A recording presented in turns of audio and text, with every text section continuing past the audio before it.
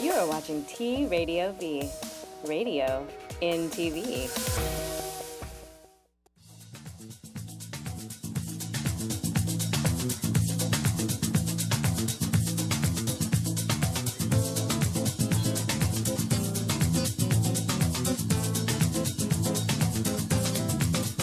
Hello, world. Welcome to Lifestyle Buzz and a journey of discovery of our reality world. With me today, beautiful Janine Elias. Hello. Good morning, Orlando. And the lovely Georgia Ori. Good How are you? morning. Thank you for having me. Oh, yeah, no, my pleasure. You know, we're going to have a great time here. Janine, it was very important for me to start this particular show. And I have to confess to everybody that I'm a little nervous because it's been off the air for a while. But you were going to be my guest at another station Yes, just before I had my accident. yes. And it put me away for a long time. I had a huge accident, so you'll know, that really put me in bad shape. But Janine was going to be my guest that week. Yes. And I think I contacted you from the hospital. Somebody contacted you Yes, from the hospital. yes, yes. And you sent me a beautiful card that I still have Oh, wonderful. and this wonderful book about Kill Robin Hood by Janine Elias. All right, and before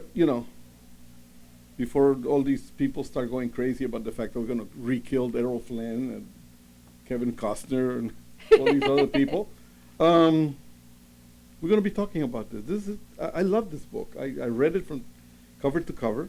We're going to be covering some aspects of it. Okay. All right. Yes. But first and foremost, is our society living in a world of mistaken identity? I mean, are we like, is our young people especially too much into this entitlement society that is not real? Well, I think that one of the biggest challenges that we're having in our society when it comes to money and it not being real is that we don't use the actual money, the folding dollars and cents. We swipe cards. And as Yes. we swipe cards, we disassociate with the concept of what money is. So when you and I were younger, we had a job, we went to work, we got a paycheck. We took our paycheck to the bank. It didn't go to direct deposit. So you took your paycheck to the bank, a certain amount you put in your checking account to pay your bills, and then you allocated how much money you had to spend for that week. So you And- have to develop control. Well, but you had money that you put in your pocket, and when you ran out of the money in your pocket, you ran out of money.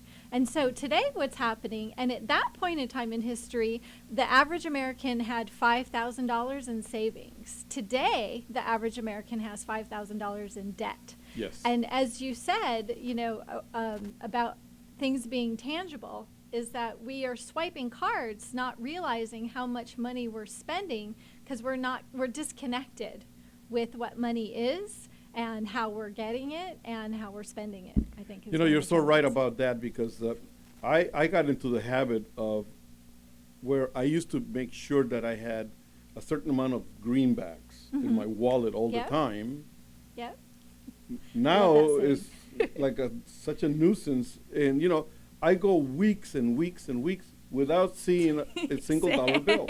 Yeah. Yeah. It's all card, and then I got the orange one now. Well, the silver one, and so on and so forth. Yeah, and that's a problem. And you're right about the fact that for one reason or another, it desensitizes you It does. to Absolutely. certain amount of responsibility. We're disconnected. But you know what? It carries on to just about everything. Mhm. Your generation, and in our generation up to a Yes. point, but you're young. I was, for example, when you were talking, I was thinking about Uber and Lyft and Right. PayPal, and like we go to restaurants and you can pay with your phone, you can drive around and pay with your phone, like everything you can actually pay with your phone. So you can Mhm. order things online and just pay with your phone. You don't even see the cards anymore because it's memorized in your phone. Right, So I- it's not only with bills, it's actually with credit cards or debit cards. Like everything is just a phone click. Yeah, I know, So I crack up with that because I happen to be older than both of you. you know. Just I'm a from the- little bit. a little bit more than that. I just fake it a lot. Okay. But you know, the funny thing is that I get caught with a lot of these techno things, and I don't like it. In my family, everybody complains about the fact that, Dad, you're old-fashioned, blah, blah, blah, whatever. But the fact is that I like to keep that reality part into what I do. And, like, I've criticized a lot when I see people go pay a bill and they put their phone out there or whatever, and all of a sudden it's done and all of that. Now, I understand technology, modernism, everything has to move forward. I cannot go back. But one of the things that actually makes me think is the fact that young people today, and people who embrace a lot of the technology today, are actually letting go of a certain portion of the thinking process. It becomes like an automatic reaction instead of a thinking process. I see the advertisement for a car. Oh, well, don't worry, it'll stop itself if it gets too close to the front car. So people really jump into that and they go like, oh, well, I don't really need to worry that much about it. So they become less safe of a driver. It's like a number society kind of thing. Like everybody's getting very lazy in so many aspects. Yeah, I mean, like right now you actually have a car, a Ford car that actually parks itself Yeah. in reverse and all of that. I mean, is that... Well, there's an aspect where the individuals aren't learning skills, and I think that's what you're talking Right, about. So right. the skill set's not being developed because they don't have the need for it. And so we might call it lazy, we might call it, we talk about the different generations, but the reality is that technology is going to continue to advance. So at some point, we're not even going to be driving our own cars, and that skill set is going to be irrelevant. Well, I mean, that's the reality of what could potentially be happening. So what we need to do, or that I think would help us hold on to some of those skill sets, the fine motor skills, the gross motor skills that you would get from driving a car, is find other ways to utilize them and find other ways, because if we go back full circle and we talk about, so that's one aspect, technology. But let's go back to money and how we're interacting. My little headphones are falling off. Here we go. So how are we relating to connecting and interacting with money? So we have this new technological device, the phone. And so we take our phone and we pay for everything with our phone. Well, what happens if somebody takes our phone?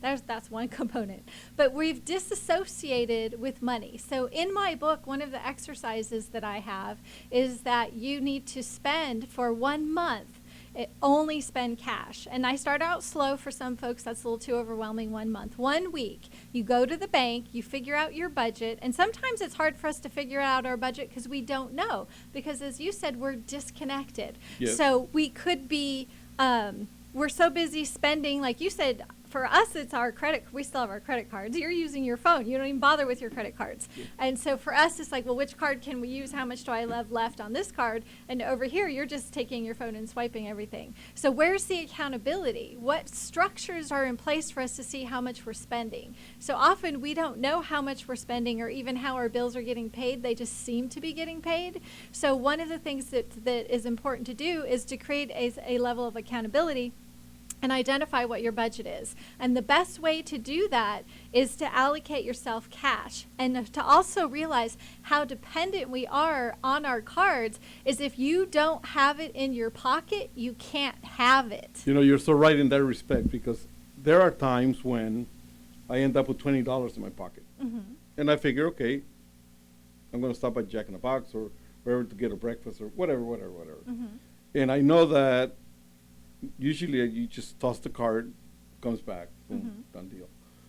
But when I have cash in my pocket, I figure, okay, I'll just spend that, And then all of a sudden I find myself that I got $15 left. Mm-hmm. Then I go like, well, okay, so, what am I going to do?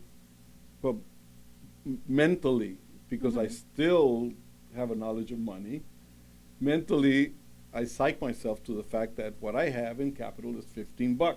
Yes. So then, all of a sudden, I find that with the credit card, in a blink of an eye, between here and the drugstore and wherever, whatever, I spent $200 and it's gone. It doesn't hurt. It didn't come out of my wallet. True. With the $20, it seems to me that I concentrate on what I can do with that particular set of money, Uh-huh. and I can go an entire week buying little things that I really need, not stuff that I don't think that I need. And I'm going like, man, I made those $20 really stretch. and to me, it's like, whoa, man, I beat the system type of thing. And you know what? That's one of the things that I know technology is going to keep on going. I know technology is not going to stop. Right. But by the same token, I think it's a good thing for people to realize that the old way is the way that actually keeps you centered. Am I right or wrong in that Well, regard? I think part of what you're talking about, and I'm very excited that you're here today, Georgia, because you can help us we've got the generational gaps that we can bring Yeah, together. yeah. But if we use the term, we could call it old school, because that's a little bit more friendly a term than the old way, because when something's happening, this is making, okay. So when we are, if we are trying to pass on knowledge or experiences to future generations, or if we're even training somebody in the workplace, or we're taking somebody from apprenticeship to mastery, there is a series of things. There's fundamental principles that are required for mastery, and no matter what you're doing. So if you were to take basketball, for example, you need to be able to shoot the ball in the basket over and over and over again. And there's one particular coach, and his name isn't coming to me right now, who he would make his players stand and shoot the ball in 250 times. Right. That's Well, it. And so that's the fundamentals are needed to create mastery. So I think that's what Absolutely. you're speaking of. Yeah. So in order for everybody, not just the younger generation, but our generation as well, because so many Americans are not prepared for retirement, are not prepared are living paycheck to paycheck, or aren't even able to live paycheck to paycheck. They're living on credit. They're borrowing from Peter to pay Paul. right. Stealing from Peter to pay Paul. You know what I mean. It's an old saying. Right. It's an old saying, Georgia. Okay, I was like confused. Who is Peter? I know. Okay, yeah. Why did Peter See, get again, robbed? the generational gap. It's a generational gap. What it means is just to, well, let's not say steal, but let's say borrow money from Janine so that I can pay Georgia. Well, Yeah, I yeah, still yeah. have the debt. Yeah, yeah, yeah. Right. It, It's it, just- did, yeah. it didn't accumulate anything because then I can borrow from this other person to pay you or you. and It creates so the a cycle series- just keeps a on going series and of- going and going. yeah. One of the things, I have two daughters. My daughters hated me way back when they were students, when they were young girls, because the teacher wanted for me to buy them a Texas Instrument little calculator for them to do math. And I said, no, your job is to teach them to do math. And then I'll get them the calculator once they know the principle. And that's the way it went.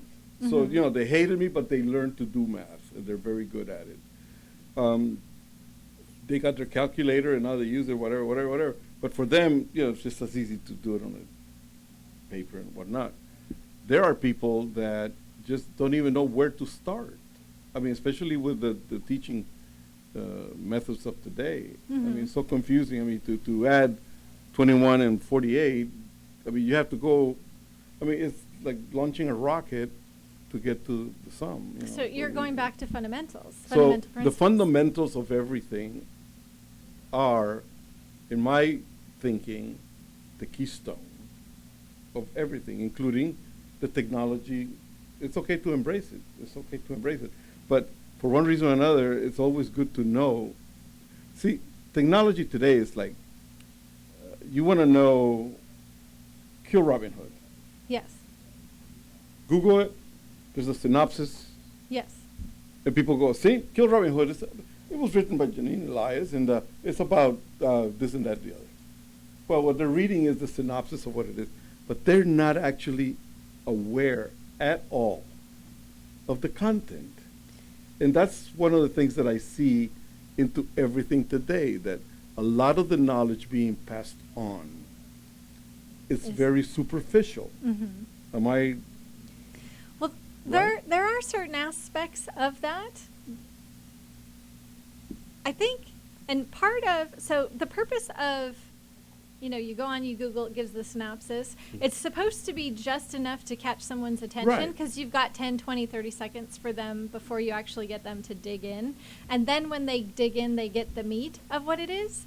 And we have a very short attention span Yes. in our society. I think it's But like has it 3 gotten seconds. shorter? Yes, I think It's it's gotten like 3 shorter. seconds.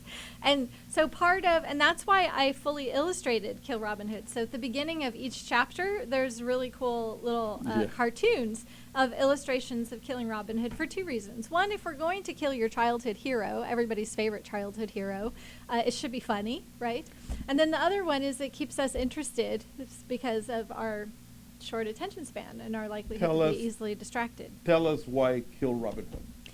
Well, when I first came up with the title Kill Robin Hood, people would say to me, why would we kill Robin Hood? Isn't Robin Hood one of the good guys?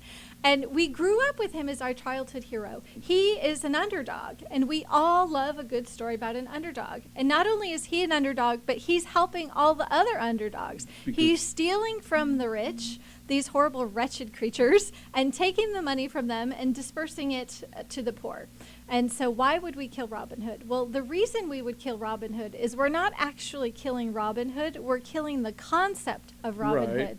And the concept of Robin Hood is that we are an underdog, and that somehow, somewhere outside of us, there is someone or something trying to keep us down and preventing us from improving ourselves From or moving forward? developing any type of wealth. Yes. The them, those someone's out there. And so if we come from that perspective, we can become paralyzed because we feel overwhelmed. We feel that we don't know where to go or where to go, how to go, where to go, how to turn. We don't know what to do, How basically. to get there. And so Mhm. when we kill Robin Hood, we free ourselves to the possibility, and it's a completely different paradigm shift. So you had said when we first started, are we in a society that's full of entitlement? And so part of killing Robin Hood goes to our childhood myths, the stories that we grew up Right. with.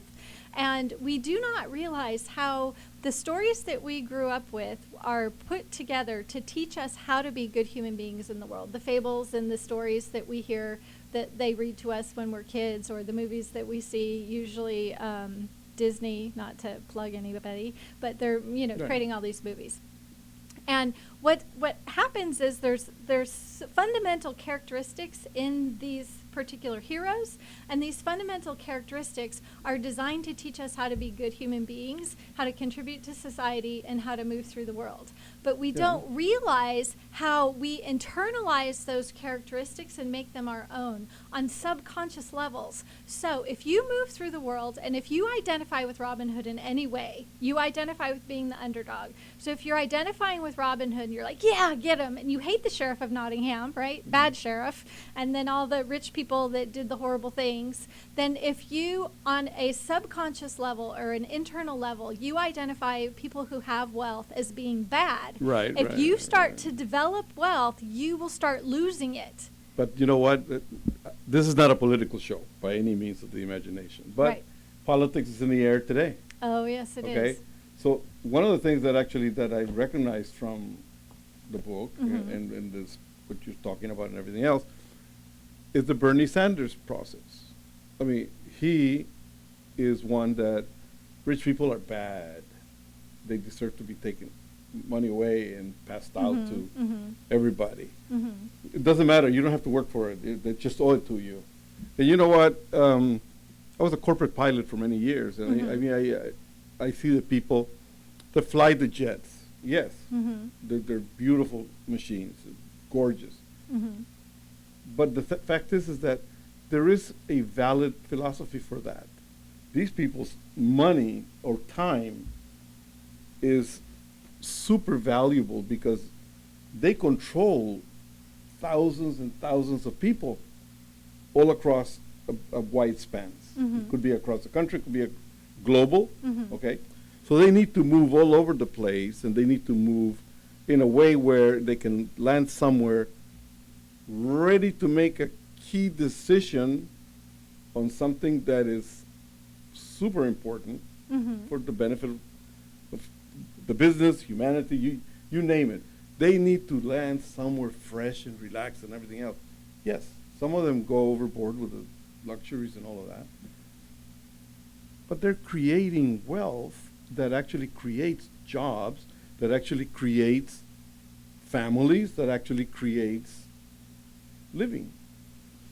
So, Well, I mean, one of the things that I talk about in the book is the fact that 80% of wealthy people became wealthy by creating some sort of good or product or service and opening their own small business and growing that business to the point where it goes from a small business to a larger business to where it employs anywhere from dozens to hundreds to thousands of people. Yeah. And so they develop this wealth through hard work and discipline. And so that concept, and actually, if you were to sit in the room with any one of these people, and you could take Bill Gates and Warren Buffett, for example, they're happy to sit down with you and tell you everything that they did to develop wealth so that you could do the same thing.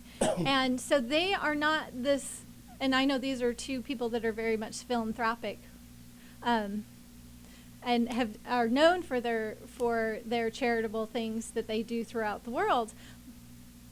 But what we're having, if we're going back to what you were saying about Bernie Sanders, and do we need to take a minute? yeah, we need to take okay. a break. We'll come back in a little bit. We're going to take a little bit of a break. Boy, time flies.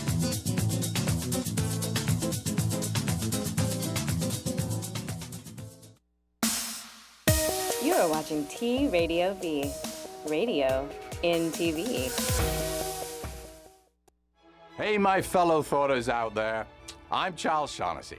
Check out my new show, Here's a Thought, with Charles Shaughnessy, August the 7th, 3 p.m. PST, right here on T Radio V. Now, you know I have a lot to say, but I want to hear what you have to say. So tune in, grab your phones, call me, tweet me, email me in the studio, and let's get this conversation going. Here's a Thought, starting August the 7th, 3 p.m. PST, right here on T Radio V. That's radio in TV.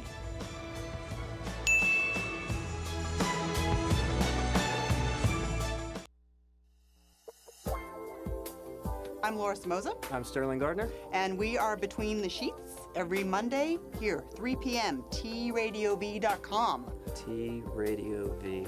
That's right, it's T Radio V, radio in TV.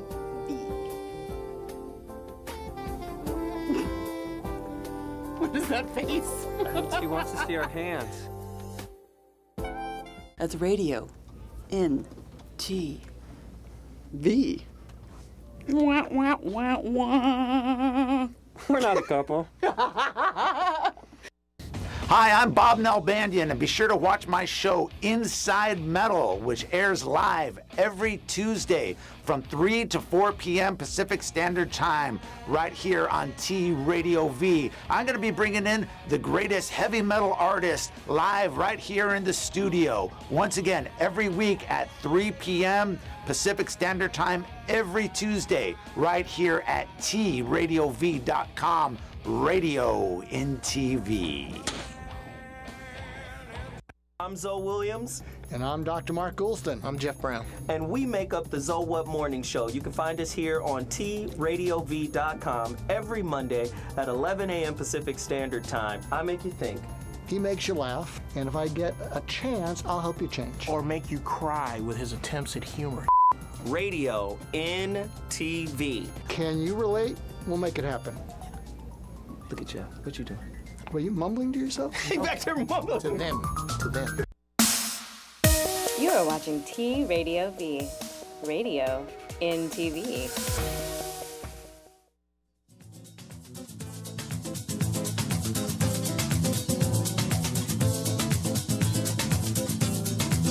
Welcome back, everybody. You are listening to Lifestyle Buzz, and with me, Janine Elias and Georgia Ori. Hi. Hello, Georgia. Tell me a little bit about Travelology. Travelology? Travelzology, yes. Yes. Travelzology, so it's one of the first, let's say, travel education companies launched worldwide. So basically, the main goal is to share the experience of experienced travelers to those who are aspiring solo travelers. Okay. And it started as just as a safety class for women who travel alone. Okay. And then I was like, well, why just do it for women? Why don't do it for everybody? And why it should be just a safety class? Like, so many people should travel and could benefit from traveling alone. Okay. And so why don't you teach them how to travel alone? All right. I own a travel company. As a matter of fact, we're going to be talking about it in a little It's bit. a travel education company? No, it's not a Okay. travel education company. No, Okay. no. What I do is primarily I'm a wholesale. Yeah. I'm a tour operator. Yeah. And I specialize in Latin America. Yeah. I can sell anywhere in the world, but I think today's specialization is key to everything that we do. And so for 35 years, I've been actually doing just the Southern Hemisphere and the Caribbean, and that's it. One of the things that I like about what you're saying is education, because people today have a tendency to, well, I want to do such and such a thing, and the first thing they do is they actually go to sites like TripAdvisor, Yeah. Yelp, or whatever. Yeah. I mean, there's another one, but I forget the name. But anyway, I feel that a lot of these sites are marketing emotional content instead of reality, okay? Because in many cases, I've seen reports for a particular place like, I don't know, wherever, hotel, Prime Hotel, beautiful hotel. Yeah. I travel to all my destinations on a regular basis, so I know these places firsthand. I can tell you the color of the walls. I can tell you, Of you know, course. many things. A lot of the reports and groans and moans and stuff that I see a lot of are based on the fact that maybe something happened, a minor thing, blown up out of proportion, because today people can actually just post anything they want and get away with it instead of actually being honest. Because now travel, all these TripAdvisor, the bad thing about it is that they don't allow for the injured party to come back and say, no, this is, or yes, or whatever. So we They are cannot fix very the problem. different. We don't sell anything. My concept, Travelzology, was born because I'm a world traveler and I've been traveling for 11 years, even if I'm just 24. Mhm. And I discovered myself, I discovered the world through solo traveling. I think it's the most powerful tool we have in 2016 to discover who we truly are and uncover our potential, because as we were talking before, we are in a society that makes us numb and kind of lazy. And when you travel by yourself, it's like, you know, when you watch a movie and you see and you discover who a character is by the choices he makes. And so you can say, oh, this character is blah, blah, blah, because he made this decision.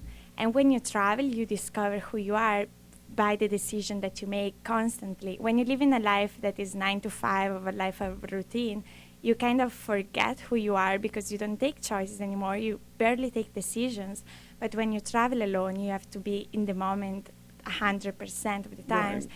So I benefit from solo traveling. It's really the key to life for me. And I just wanted to share my knowledge with other people so they could benefit from it and they could discover the true meaning of life and the true meaning of themselves, actually. Well, you're into a little bit more of a It's more an internal, internal. of there's course. there's Yeah, a yeah, deep yeah. feeling about. Yeah. With me, what I actually enjoyed listening from you is the fact that you're out there helping people discover Yes. foreign lands openly.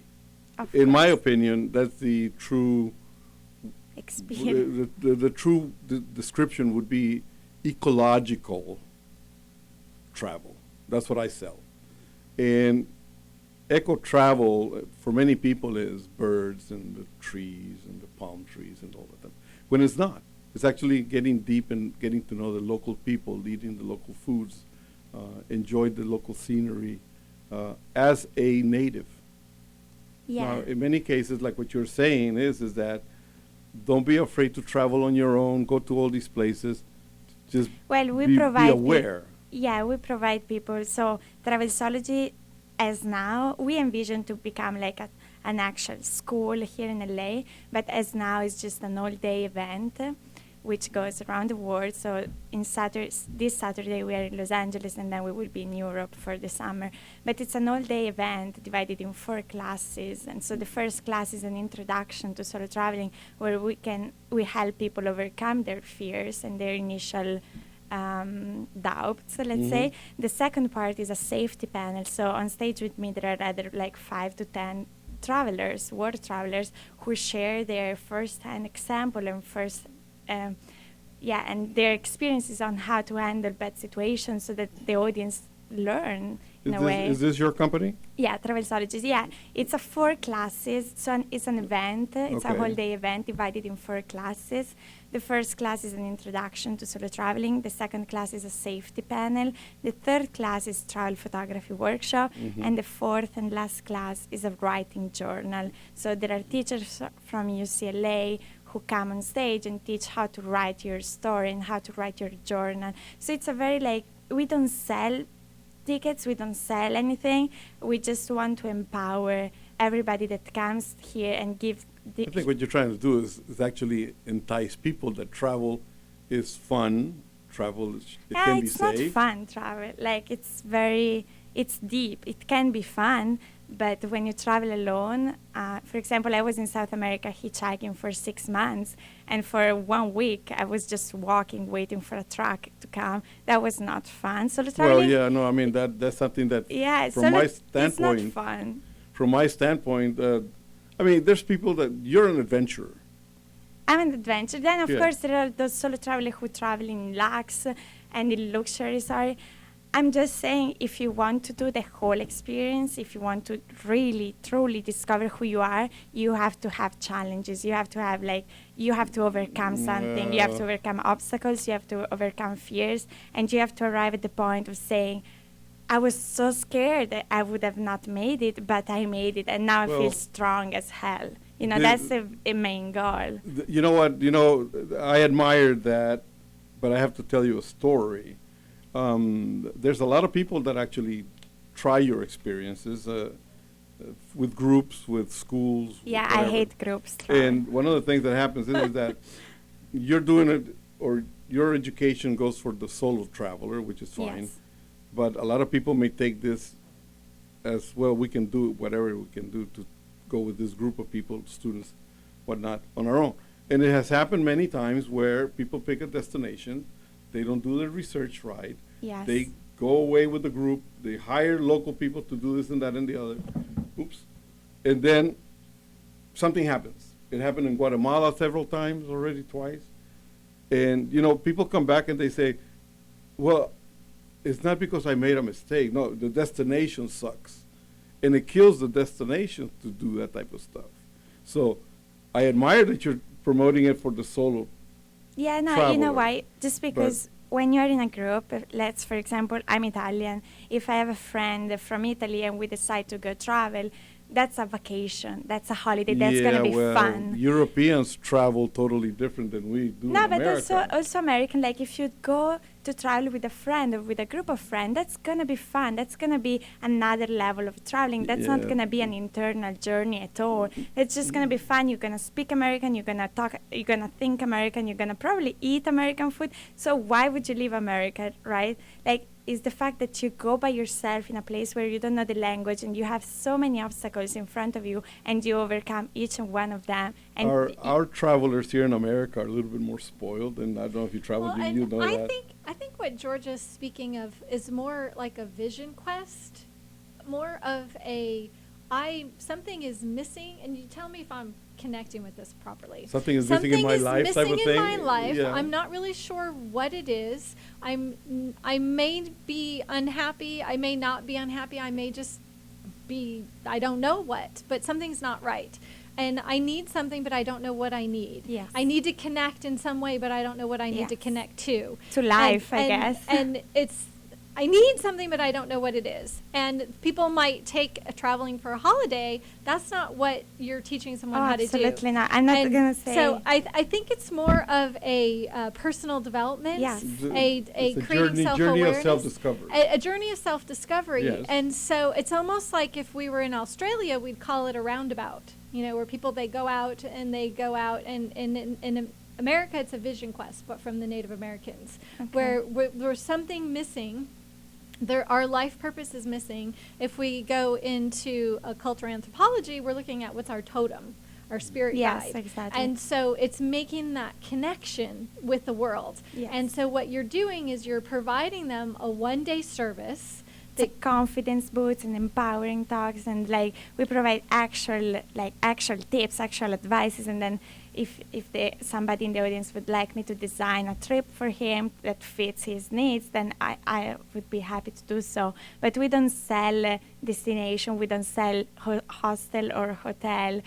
We just sell, as you said, a purpose. Experience. Yeah, an Yes, experience. an experience. And not just the happy, fluffy experience. Oh, no. But so it's more of a vision quest. It's more of a walkabout. Yes. And so, is it walkabout? Roundabout? No, it's walkabout. Walkabout. Yeah. It's we call it esoteric in the business, and we sell these discoveries in a little bit of a different way, and they have to do with the mystic up to a point, and not just to go out. We cannot send people because we'll be sued left and right and sideways if we just send people away.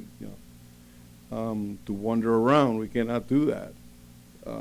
But what we do is people want to find something. They don't want to be at the beach lolling around with a little drink with an umbrella. I mean, they just want to go out there and discover something.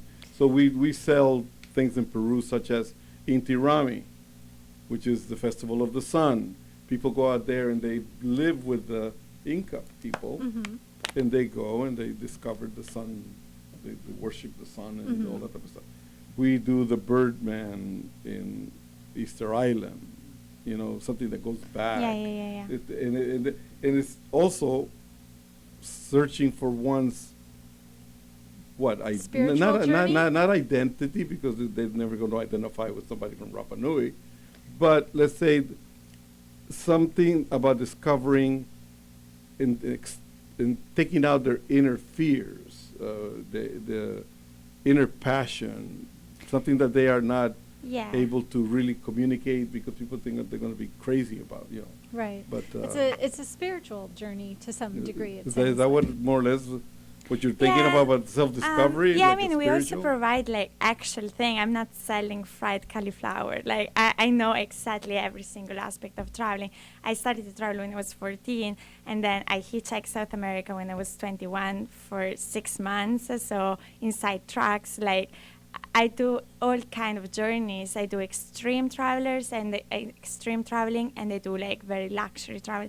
So I know every single aspect of traveling, and if somebody needs any kind of advice or any kind of education, I'd be happy to provide it. It's just that I'm not selling a location, I'm not selling a destination, I'm not saying, oh yeah, you go there and you do this, and then August 4th you arrive in this town. I'm just more Yeah, but the thing is that, okay, let me toss this at you. Yeah. I'm looking for my inner soul. I'm looking Yeah. for something. I don't know what it is. Yeah. I have 10 days. What would you suggest? See, people that are coming to Travelzology are those who are willing to change their life, and they are willing to quit their job. For example, all my students are more yeah, I'm stuck in my routine. I'm stuck in a 9-to-5 thing. I'm forgetting what life is about. I want to do something. Have you ever see Eat, Pray, Love, the movie with Julia Roberts? Yeah. Yeah, it's kind of that experience, and I'm here to guide them step by step through that kind of a journey. If you have 10 days, if you have a budget, go to a travel agency. I don't do that. Okay, well, so you're talking about a life-changing experience. Yeah, you're. I'm not like a 10 days trip planner. No, there are plenty traffic agencies for that. I'm a bit. I'm a little lost in the whole concept here. I mean, not lost. I understand it. I do understand it. But I'm thinking travel agency. Yeah. Yeah, no, don't think about me as a travel agency. That's where my conflict is right now. No. Think about me as a Do travel you school. get it deeply? I do get it, and again, I go back to my trade for the past 20 years, where I help small businesses develop their infrastructure and do relationship-based business practices. Yes. And so, what I want to do with you is sit with you and help you articulate what is called the who and do what. So Yes. this is what I That do, would be and this is awesome. who I do it for, so that you can put in almost, I mean, I hate to call it this, but the concept of an elevator speech. So in Yeah. 30 seconds and 2 sentences, you can say exactly what you do and who you do it for. And so, and I kept thinking eat, pray, and love, but I didn't want to bring that up in case that was totally not where you were No, going. it's I was that, letting it's it that. develop itself. And so I get what she's saying. It's a life-altering experience. And so it might be, so your niche or your target market would be very small, which is good because it's better to be a big fish in a small pond. Yeah. And so, but you need to identify who they are, how to connect to them, and how to talk to them. Sure. And so But- those are the things that Yeah, I'm is not a going on with me businesswoman, that I'm yeah, like, oh, so- I want to do all these trainings. No, because So- what I'm looking at is the fact that, I mean, I'm 68. I'm going to be 69 in a Yeah. week or so, you know? So I've lived a well, lot. pre-happy birthday. Thank you. Thank you very much. I lived a lot. I mean, I've traveled. I've been in the service, war, you name it. You name it. I Me too, still have a difficulty in saying, let me tell you something.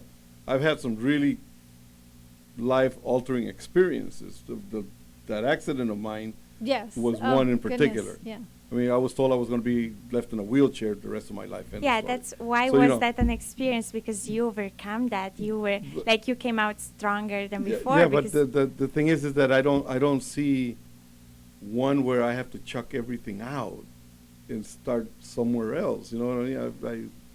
well, that's the because part I don't once you understand. travel, you change. Once you travel alone, you change the perspective of how you see life. And when you come back, life will never be the same for you because because of self-sufficiency, because no, because you're, you develop you- so much inside of you that you're totally different. Like, and you see the world in a totally different way. So it would be impossible for you to get back to your 9-to-5 job that you hate.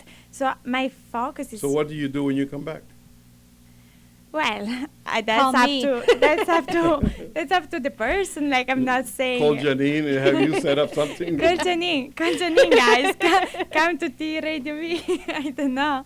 Like it's Well- whatever you prefer. I don't know that. I I would- think if I could interject, Yeah. Sure. Georgia, I believe that not everybody, it will give them a new perspective, maybe help them connect with what is really important to them and what they value and realign their priorities. So they may or may not come back and automatically quit their job, sell their house, and, travel the world. And if you have a house, but- keep it. I'm Right. without a house since 5 years, so guys, keep the house. But what it offers them is a new, fresh perspective so that maybe they can come back, instead of going back to business as usual, they can have a level of motivation that maybe they didn't have before, Yeah, or an they- insight that maybe they Yeah. didn't have before, so they can start putting together a plan, and that's why I said they should call me. Well, Put together a Basically, plan to my develop the life that they want. perspective on things is that every person should reinvent themselves every once in a while. And And that's basically that's part of it. You can I actually do mean- it that way, but by the same token, you can actually do it without just throwing everything away. Well, just and we've moving on. also got three, almost not quite, but like 3 different generational perspective. Yeah. And so reinventing ourselves, and as we get older, we're going into the baby boomers, and so they are not retiring, they're going into new careers, they're doing new things, they might be doing some Tell traveling. me about it. And I retired in 2007. And I got tired of being retired. Yeah. So I'm now in business again. And I think for Georgia, what she's looking at, and we started our conversation today with talking about the disconnect that we might have with technology, and that we are disconnected with each other. We text instead of pick up the phone and call. We email instead of go see each other. Yeah, we look at people on Facebook instead of having them come over. And so what Georgia is saying is that there's an entire world out there for us full of adventures. And we don't even know what we're made of because we haven't given ourselves the opportunity to connect with that. Now, when I travel, for example, but that's probably just me and I don't advise it, I never bring a phone or I never bring any kind of device. And also, so I really connect with the strangers. I really connect with the locals because they are the only way I know how to get around. And I also always say, when I finish the money, when I finish my budget, that's the real moment when the trip starts. Because when the money are out, then it's just you, your skills, and what you can do. So it's either hitchhike or ask strangers. So I'm not advising to do that. I'm just saying that when I travel, I really like to forget all this technology and start to connect in a real level. But obviously, at one point, it has to end. So if you're in this adventure, because obviously you were in South America. But life is like eternal. Obviously, you went to South America. You came back, so now you're doing this. So at one point, that adventure, you have to have the smarts. No. It's never ending. I'm living in my own world. It's never ending. Well, see. Yeah, but that's a personal choice to you. What I'm saying is that when you talk to people. Well, I have to be passionate about it, otherwise I would not open the business. It has to be a personal and I admire choice. it. And as a matter of fact, I want to be able to attend one of your classes and Saturday and expand on it. Yeah, as a matter of fact, Beverly Hills. Yeah, I'll go. I mean, I'll be there. You gonna be there? I'm not sure. You may like the idea, just throw everything away and go. No, I'm not saying you have to go. Of course, no. Why'd you give us where can people find out about your? It's travelsology.com. Spell that. Travel, like travel, SOLOGY.com. And then you can send me emails or phone calls. There are every kind of where's contacts. the event in Beverly Hills? It's at the Saban Theater. And what time? From 9:30 a.m. to 5 p.m. Okay. All right. And can people get tickets at the door, or do they have to purchase them in advance? Purchase on the website. Okay. All right. Well, it looks like time flew. We're really coming to the end of things. We're going to have to come back. We're going to really have to go from cover to cover on your book. Absolutely. And if anyone's interested in accessing the book in the meantime, you can get Kill Robin Hood at Amazon.com. And you can also visit my website, JanineElias.com. That's JANINEELIAS.com. Yeah, okay. Yeah. Boy, this time has flown. It's been really fun. Thank you, ladies. Thank you for having us. We need to do it again. Yeah. I'm not done with you yet. And I'm not done with you yet either. So, I mean, sorry, guys. There's no more to come. The time has come to an end. If you have any comments, any positive vibe, any suggestions or whatever, you want information about having me join your will, give me part of your millions of dollars, I'll take them. Send me information at coolorly@gmail.com. coolorly@gmail.com. Any complaints, anything threatening, anything bad, send it to Carlotta Finkelstein, and I forgot her contact number. Too bad. I know. No complaints today. Yeah, well, sorry. I hope nothing is happening. But anyway, I guess we are done for the day, and it has been really wonderful. I have to admit the fact that I was a little nervous for the simple reason that I've been off the air for a few days, and I think it went really nice. And even though we're not a political station, don't forget to vote today, ladies and gentlemen. Yeah, we need to go and vote and have a good time. Okay? So anyway, have a great day. Enjoy yourselves. Be Bye. well Bye. with God. God bless.